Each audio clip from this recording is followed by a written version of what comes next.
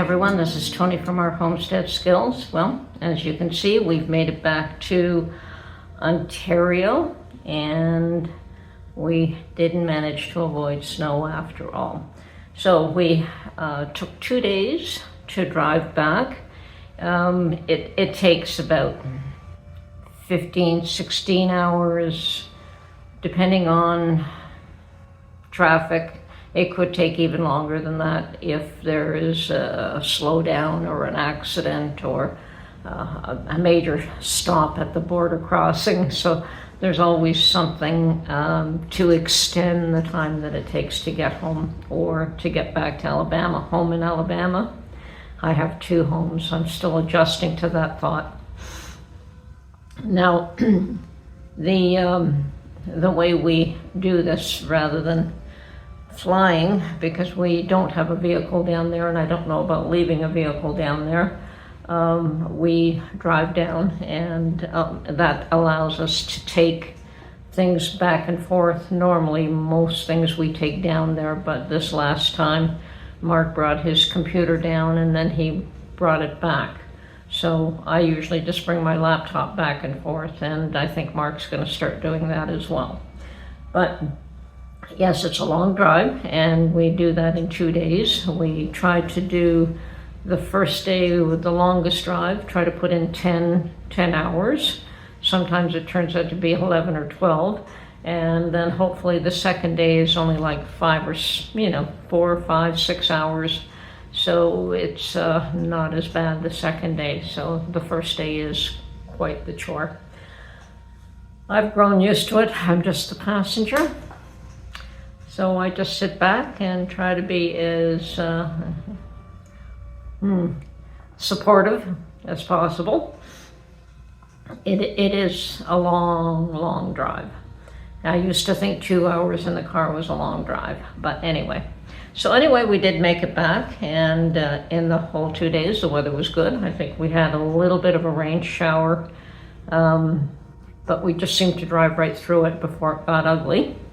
So the weather-wise, the trip was good, and that's what we were trying to make sure, that the days that we did travel, that we didn't hit bad weather. And of course, as soon as we got here, the next day,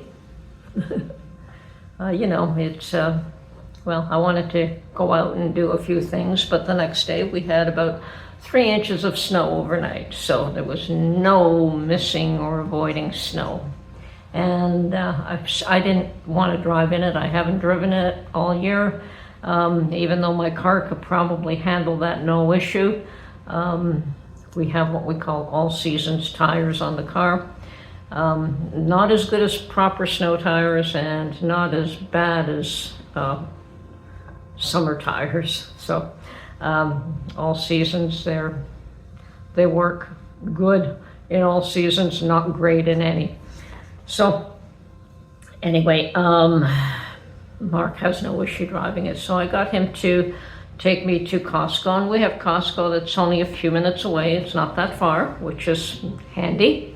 And we did a bit of shopping, because actually the first night I looked in the refrigerator, forgetting that I had put things in the little chest freezer I have. But I looked in the refrigerator and saw nothing, nothing for dinner.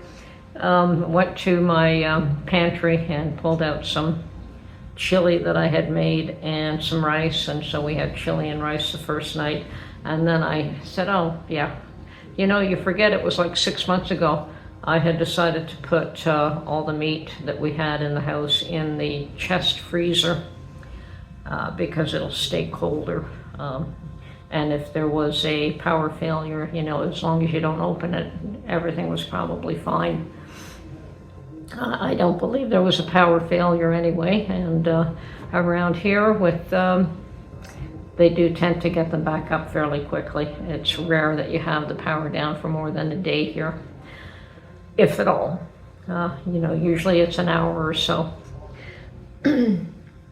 Anyway, so yeah, I would not drive in the snow, but the next day, sure enough, the roads had cleared enough, and let me tell you, I was having trouble adjusting to all the conveniences that I have here. I mean, everything is clean. I've got wooden floors. I have a couch. I have, everything at my fingertips. I mean, I have things that I've put together in this home for the last 40 years. So I've been living very minimally in Alabama. Not to say that that was an issue. We, seem to do quite well without all these little extras. But I mean, here I have a mixer. I have all kinds of kitchen gadgets and tools and things that I don't have there. Couple of things I bought down in Alabama were a vacuum sealer and a coffee machine and a toaster. So we do have a few appliances, but not much. And of course, fridge and stove, but I'm talking about small kitchen appliances.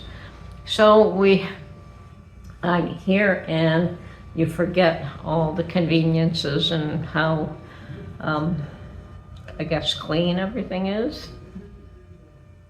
The place has been locked up, so there was really no dust. I expected a lot more dust. I was surprised that there wasn't much. Anyway, the next day I decided that, oh wow, I have my car. I had to put some air in one of the tires. I did that first thing. And of course, my car was totally dusty. But what with snow, I decided I'd wait to wash it. So I just washed all the windows and got out and about and ran around all day. And it was really nice to have my independence.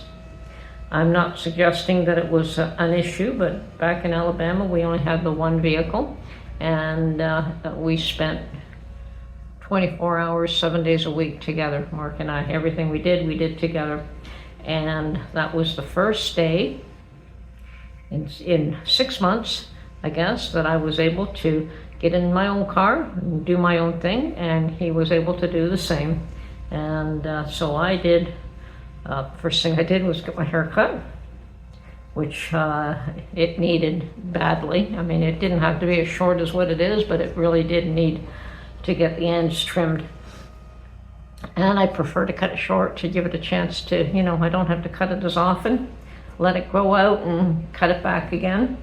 And so I did that and did some more grocery shopping. And what else did I do? Oh yes, and then I went to a little shop, actually in the flea market, that was able to do some phone repairs because my phone had dropped. And I had put a plastic coating on the outside of it, and that was cracked. And of course the back glass was also cracked. I put it in a holder and it's fine, but first thing I did was have the plastic replaced, and he put one over the camera as well so that it protects the camera on the other side. I asked him if they were able to replace the glass at the back of the camera, and he said yes, he could. He just didn't have one of those in stock. Come back next week and he would have it for me. So I made arrangements, paid him a $10 deposit for that. He's only going to charge me $35 for replacing the black glass, which is nice. And I think it only cost me $15 to put the plastic on the front and on the camera. So all told, probably $50 for both, which is not a bad deal. And so I'll have my phone all dealt with by the time by next week, which is really nice. And then, so got my hair cut, got my phone mostly fixed, somewhat fixed, and prepped to be totally fixed next week. And then I decided to do a little more shopping. I wanted this specialty tea that I know I could get in certain markets, and I did find some. It is a loose leaf tea that I really enjoy. So, and I think that I'm going to buy a box of that to bring back to Alabama as well, just because it's so much easier to find it here. And I don't even know if you can get it in Alabama because it's a product that comes from India. It's not your regular Tetley or Red Rose or common brands. So I did manage to find that without too much difficulty. And then I got home and asked Mark where his watch was. His battery had died in his watch, and he's got an old Seiko that I bought for him many years ago. And for years it sat in a drawer, and we dug it out at one point, and he really loves it because it's very fine, it's very thin. And today people are wearing chunky watches again, and he doesn't like that. He likes the really thin, fine one. And didn't matter that it was scratched and that. So he started wearing it because I managed to get the band replaced and get a battery for it at one point. And so he's been wearing it the last few years. And of course, the battery died. I don't know if it was just before we left or he had the watch with him when we were down south and the battery died. I think he did have it with him. Anyway, I know a shop that does that, and it's that particular watch needs special tools. So I was able to do that for him as well. So that was pretty much my day. And it was good to get out and about and run all these little chores.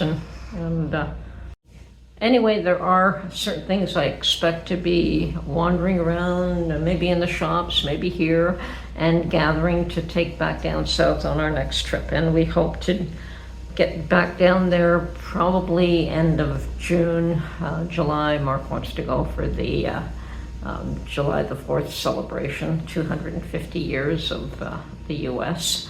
And it's not the first time that he's gone for July the 4th celebration down to the US, so that's not uncommon for him. Anyway, we hope to get down there for at least a month, and I'll mow the lawn and gather some figs, and I will be keeping an eye on my camera and how my figs are coming along, my little fig cuttings. And I did plant a few seeds, and hopefully I can watch and see if some of those things actually bloom, but if not, we'll be back down there and I'll check that to see if I have any harvest at all.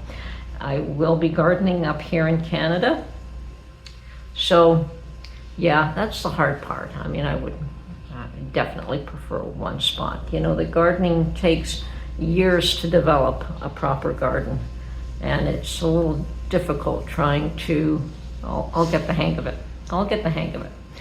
Anyway, this is Tony from Our Homestead Skills. Just wanted to touch base, let everyone know that we've made it back here safely, and we'll talk to you real soon.